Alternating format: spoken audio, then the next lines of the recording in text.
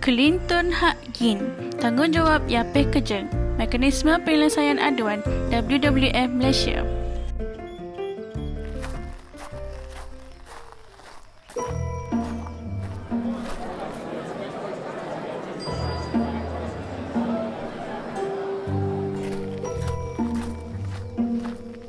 Hai Toi Rudi, mai ye ilmu muram je ketok te? Tina, ia risau betul pasal ni projek WWF tu. Bahok. Oh ya ke? Toi pernah kejeng bet pasal mekanisme penyelesaian aduan WWF. Toi boleh dek aduan supaya WWF boleh bantu menyelesaikan masalah tu. Oh, ia berak pernah lain boleh diaduan bak WWF. Ya, betul.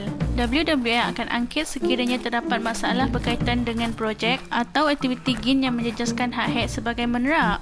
Contoh masalah mayuk yang WWF akan bantu selesaikan. GIN akan kejeng dan menyiasat aduan tentang berak adil, keleng kerja seperti diskriminasi jantina, tingkah laku yang berak berat dan penyalahguna kuasa atau dana oleh pegawai GIN sendiri ataupun pihak lain. Tun kerana Act WWF menerak hak untuk berkeling sekiranya terdapat masalah atau kesan negatif akibat kerja GIN. Oh, beratlah pen tapi mak Chin mak dek aduan.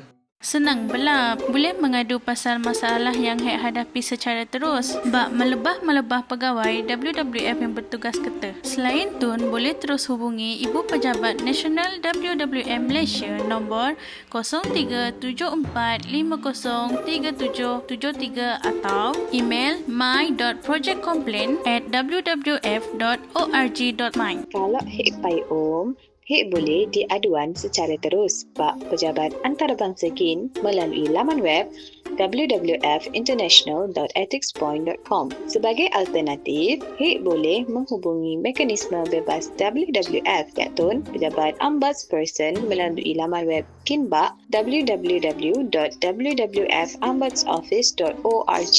Tina, ia risau Will.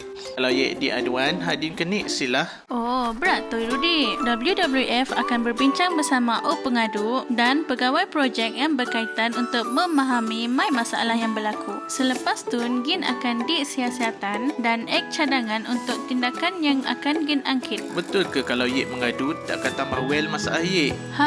Semasa GIN WWF bak kampung hek pada tempoh GIN, jaminan bahawa aduan dan maklumat yang diterima akan ditangani secara rahsia. Lagipun, berak wakwik sebarang tindak negatif akan angkit terhadap makin yang diaduan.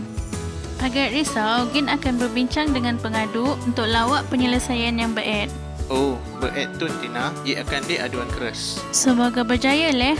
Agak kerlip. Kalau berak puaskan lagi sama keputusan yang GIN ak, Toi berak boleh hubungi WWF lebah-lebah saluran yang sama untuk dek rayuan supaya aduan boleh GIN kaji semula. Terima kasih Tina. Keling WWF Malaysia menerap merupakan teras segala usaha Yapeh. Yapeh komited keling menghormati hak dan memastikan keselamatan dan kesejahteraan menerak keling kawasan projek Yapeh. Oleh tun, sekiranya terdapat sebarang masalah berkaitan kerja Yapeh, sila lapor. Hak GIN berkeling, tanggungjawab Yapeh Kejing.